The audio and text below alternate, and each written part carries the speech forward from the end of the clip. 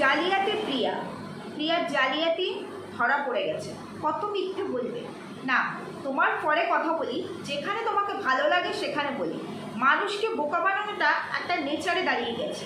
আজকে তোমাদের সামনে সমস্তটা তুলে ধরবো, শুধু একটু তোমাদেরকে ভিডিও শুরুতে বলবো মন দিয়ে ভিডিওটা দেখবে। তোমরা যারা প্রিয়াকে ভালোবাসো তারা আমার টাইটেল থাম্বনেল দেখেই আমাকে নেগেটিভ কমেন্ট করে বেরিয়ে যাবে এটা নয়, প্লিজ দয়া করে ভিডিওটা পুরো দেখবে। আর খুব ছোট্ট একটা ভিডিও করবো, টু দ্য পয়েন্ট কথা বলবো, যতটুকু না বললে নয়, শুধুমাত্র সেইটুকুই। আমি জানি আজকের ভিডিওটার পরে অনেক মানুষের খুব তেতো লাগবে, কারণ তেতো জিনিস জানো তো, তেতো খেলে মানুষের শরীর ভালো থাকে। তো সেই জন্য আজকের কথাগুলো মানুষের তেতো লাগবে, অনেক মানুষের, সবার নয়, তেতো লাগবে। তারপরেও মানে যেটা সত্যি সেটা বলতেই হবে। সত্যি তো কখনো পিছিয়ে থাকতে পারে না, তাই না? আর সত্যিটাকে তো মিথ্যা করা যায় না, তো সেটাই বলবো।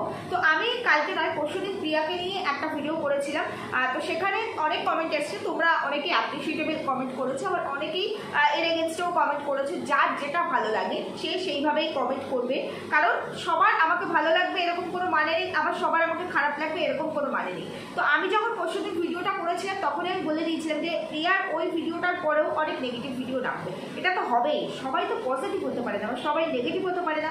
যার যেমনভাবে মনে হবে সে সেইভাবে বিচার বিবেচনা করবে, এখানে তোমার আমার কারো কোনো হাত নেই। চলো বন্ধুরা, আজকে আমি তোমাদেরকে সমস্ত ডিটেলসে বলবো। তার আগে একটুখানি ইন্ট্রো দিয়ে নিই। Hello my lovely viewers, welcome back to my channel Dimpi lifestyle. বন্ধুরা আমার সাথে দেখো, পাশে দেখো, চ্যানেলটিকে সাবস্ক্রাইব করো, লাইক কমেন্ট শেয়ার করো। যেটা বলতে চাইছি, দেখলাম প্রিয়ার কালকের ভিডিও, যে প্রিয়া ওর মায়ের একটা স্বপ্ন পূরণ করেছে। আমরা সন্তানরা যদি বাবা মাকে ছোট ছোট একটু খুশিও দিতে পারি, সেটা আমাদের কাছে বিশাল ব্যাপার। কারণ আমরা জানি বাবা মায়েরা আমাদের জন্য যেটা করেছে সেটা আমরা আমাদের এই জীবনে কোনোদিনও 1%ও পূরণ করতে পারবো না। শোধ করা তো অনেক পরের কথা, এটা সম্ভবই নয়, পূরণ করতে পারবো না। কারণ মায়ের শরীরে আমি যেটা দিয়ে তৈরি হয়ে আজকে পৃথিবীর আলো দেখছি, আমার মায়ের অনুভূতি, আমার মায়ের শখ, আমার মায়ের ইচ্ছে, তার সঙ্গে আমার বাবার ভালোবাসা, আমার বাবার আমাকে মানে এই পৃথিবীতে আনার দায়িত্ব, তার যে ইচ্ছে শক্তি,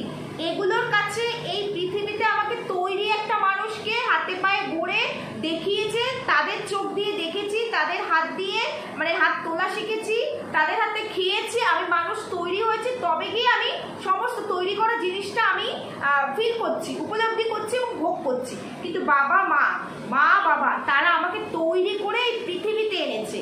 মা তার জীবনের ঝুঁকি দিয়ে আমাকে এই পৃথিবীতে মানে পৃথিবীর আলো দেখিয়েছে, তাই তো?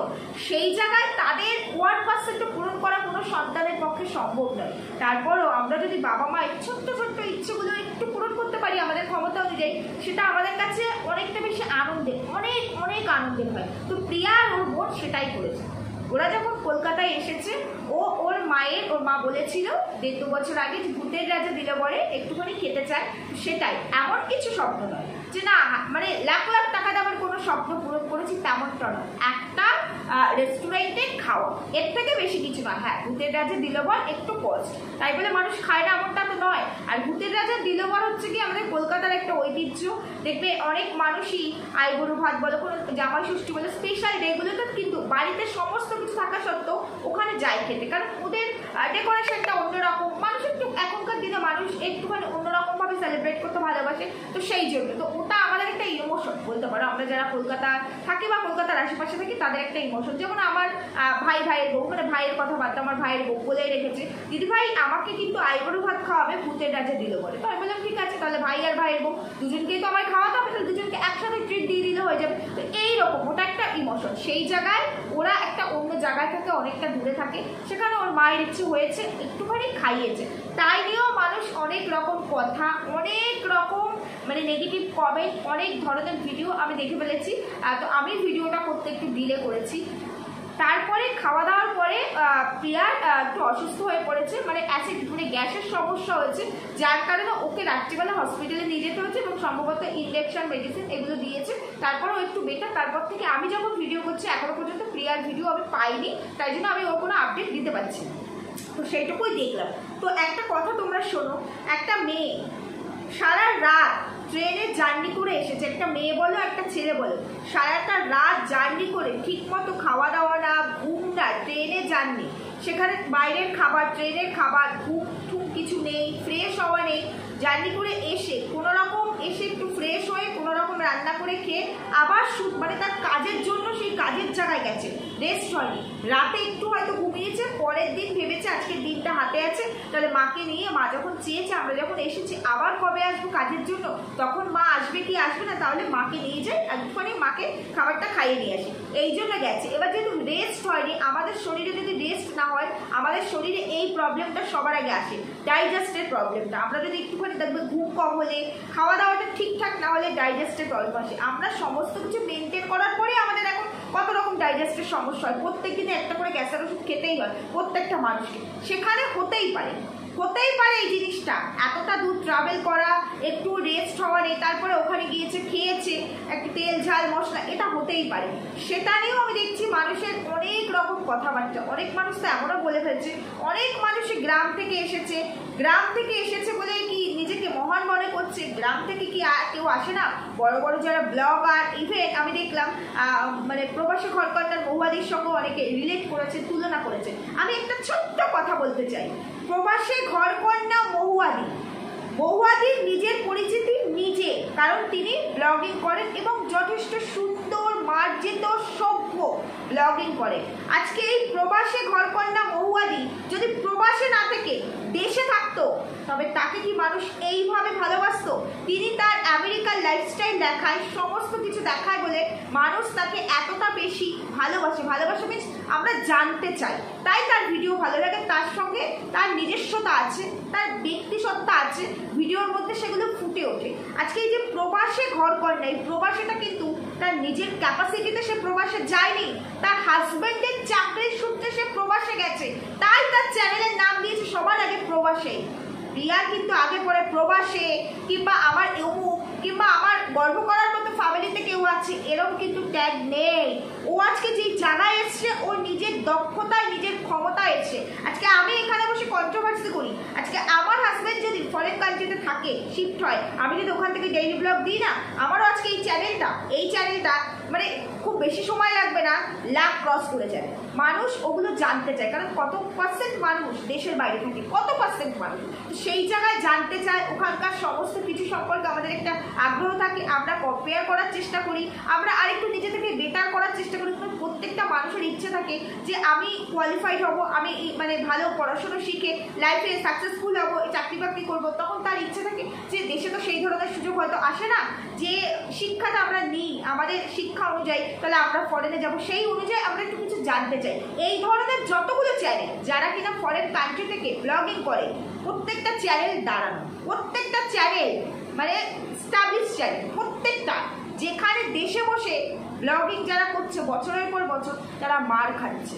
এর একটা কারণ আছে, তার কারণ হচ্ছে ওটা প্রবাস, মানে ওটা ফরেন কান্ট্রি, তাই জন্য। তো তার সঙ্গে এর তুলনা করলে যে করছে, আমার মনে হয় তার কোথাও গিয়ে নলেজের অনেকটা বেশি পরিমাণে, মানে যারা করছে তাদের নলেজের অনেকটা বেশি পরিমাণে ঘাটতি আছে।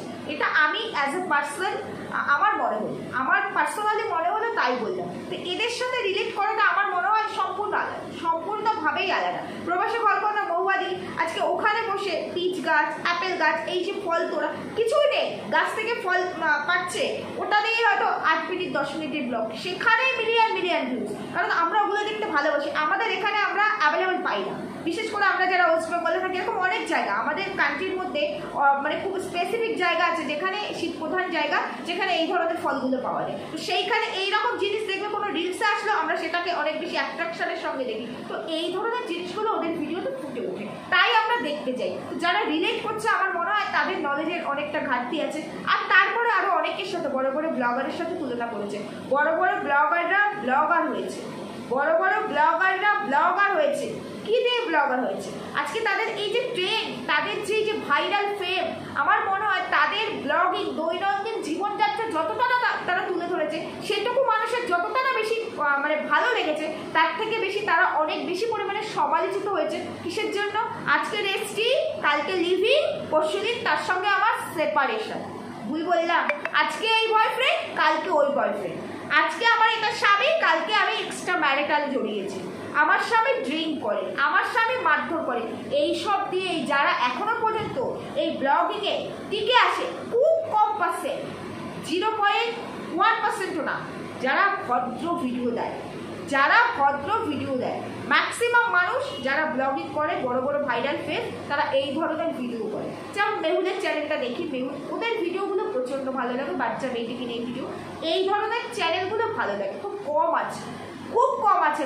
বাকি যারা তারা ছাপড়িগিরি করে এই ধরনের কাজ করেই নিজেদের চ্যানেলকে এখনো পর্যন্ত ধরে রেখেছে। তো যারা এদের সাথে প্রিয়াকে রিলেট করছে, আমার মনে হয়, আমি আর কি বলবো, তাদের নলেজের সত্যিই ঘাটতি আছে, এটুকুই বললাম। এবার দেখো, বিচার বিবেচনা প্রত্যেকটা মানুষের নিজস্বতা দিয়ে সে বিচার করে, সেখানে তোমার আমার কিছু বলার নেই। তবে কিছু কিছু মানুষ আছে যারা মনে করে যে না, আমি ওর এগেনস্টে কথা বলবো, সেখানে ও যত ভালো কাজই করে, ও যদি বুক দিয়েও আমাকে আগলে দেয়, ও যদি বুলেটটা নিজের বুকে খেয়েও আমি বেঁচে যাই, ও যদি চলে যায়, তারপরেও আমি ওর এগেনস্টেই কথা বলবো। তো এটা তো তার ক্যারেক্টার। সেখানে তোমরা অনেকেই আমাকে কমেন্ট করেছো, আমি দেখেছি। দেখো, আমরা সব ক্ষেত্রে সব কিছু মিন করে কথা বলতে পারি না।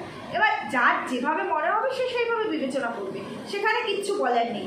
বিচার বিবেচনা, দেখো, ভিডিও যেটাই করি, আজকের আমার এই ভিডিওটাও আমি আমার ভিউয়ার্সদের জন্য করছি। আমার ভিডিও কিন্তু প্রিয়া দেখবে না, দেখবে কি? আমার একটা সামান্য চ্যানেল, সামান্য ভিউ, 1000 ভিউ হয় না, দেখবে কি? দেখবে না। আমার যে কজন ভিউই দেখুক না কেন, আমি ভিডিওটা করছি আমার বন্ধুদের জন্য। তাহলে বিচার বিবেচনা সম্পূর্ণ তোমাদের আমাদের সম্পূর্ণ আলাদা একটা পারফেকশন আছে, তাই তো? সেই জায়গা থেকে আমরা বিচার করি। তাহলে বিচার বিবেচনাটা তোমরাই করো। মানুষ বলবে, ওই যে বললাম না, তুমি যদি জীবনে কিছু করতে না পারো, খুব ফেলিয়ার হয়ে থাকো, তখন সব সময় দেখবে মানুষ তোমাকে ডিমোটিভেট করবে, তুমি যাতে আরো পেছনে পড়ো, তুমি যাতে মানে তোমার বিবেককে দংশন করবে, তোমাকে অপমানে শেষ করে দেবে। মানুষের ক্যারেক্টার তাই। আরেকটা হচ্ছে, তুমি যখন সাকসেসফুল হবে, তুমি অনেকটা ওপরে উঠবে, সেটাও মানুষ সহ্য করতে পারবে।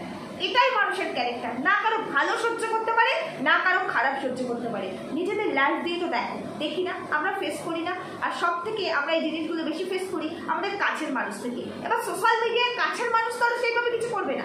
কাছের মানুষ আমাদের পারিবারিক কেন্দ্রিক, মানে তারা পরিবারের ভেতরে ঢুকে কিছু করার চেষ্টা করবে। সোশ্যাল মিডিয়ায় কাছের মানুষ কারা? সোশ্যাল মিডিয়ায় কাছের মানুষ আমাদের সমস্ত বন্ধুরা, যারা দেখছে, ক্রিয়েটার বন্ধুরা, আমাদের ভিউয়ার্স বন্ধুরা, এরাই তো আমাদের আত্মীয়, এরাই তো আমাদের বন্ধু, এরাই তো আমাদের পরিবার। সোশ্যাল মিডিয়া পরিবার মানে টোটাল সোশ্যাল মিডিয়াটা। সেখানে কিন্তু আমার ফ্যামিলি নেই, ফ্যামিলিটা আমার পার্সোনাল। তো সেই জায়গায় এরা তো হবে। শত্রুতা সব জায়গায় আছে, তোমার আমার জীবনেও আছে। তাই এত নেগেটিভ ভেবো না, এগুলো থাকবে। যে যেটা করছে তাকে সেটা করতে দাও, আর যে যেটা করে বেরিয়ে যাওয়া, সে ঠিক সেটা করে বেরিয়ে যাবে। কারণ ওই যে ওপরে যিনি আছে, তিনি সব দেখতে পান, তার কাছে সবটা স্পষ্ট। আমি আজকে কন্টেন্ট করবো বলে শুধুমাত্র তোমাকে নিয়ে বাজে কথা বলতে পারি না, কিংবা কন্টেন্ট করবো বলেই তোমার কাছে আমি মাথা বিক্রি করতে পারি না, তোমার ফলে কথা বলবো না। কন্ট্রোভার্সির মানেই হলো যেটা দেখবো সেটা নিয়ে কথা বলবো, সেটা নেগেটিভ হোক বা পজিটিভ হোক। প্রিয়ার খারাপ দেখেছে, প্রিয়াকে ধুয়ে দিয়েছি, ইন ফিউচার খারাপ দেখলে আরও ধুয়ে দেবো। আজকে দেখছি না, আজকে বলছি না, এবং কেউ বললে তার বিরোধিতা করার ক্ষমতা আমার নেই, কিন্তু আমার যেটুকু মনে হবে আমি সেটুকু বলতে পারি। বন্ধুরা, ঠিক বললাম না ভুল বললাম জানি না। প্রিয়া অসুস্থ, প্রে করবো ও যেন তাড়াতাড়ি সুস্থ হয়ে যায়। কারণ আজকে আমি যখন ভিডিও করছি, আজকেই নাকি ওদের ব্যাক করাবে, ট্রেনে ওঠার টাইম আর কি, আজকে ট্রেনে ওঠার দিন। তো জানি না ও ট্রেনে উঠতে পেরেছে কিনা, কতটা সুস্থ আছে কিছুই জানি না। আশা করবো ও সুস্থ থাকুক, সুস্থ হয়ে ফিরে আসুক। বাচ্চাটা রয়েছে, ওকে সুস্থ থাকতেই হবে বাচ্চাটার জন্য। যদিও ওর মা আছে, আর একটা কথা সত্যি, প্রিয়ার মা কিন্তু দেখতে বেশ সুন্দর, খুব ভালোই লাগে। মানে মেয়েদের তুলনায় মা অনেক বেশি সুন্দর, আর মা এখনও অনেক ইয়াং। যদিও বয়স বেশি না, প্রিয়া অনেক অল্প বয়সে বিয়ে করেছে। যাই হোক, ওভারঅল ভিডিওটা খুব ভালো লেগেছে। সন্তান হিসাবে মায়ের স্বপ্ন পূরণ করেছে, খুব ভালো লেগেছে। বন্ধুরা, সুস্থ থেকো, ভালো থেকো, দেখা হবে পরবর্তী ভিডিওতে। টাটা।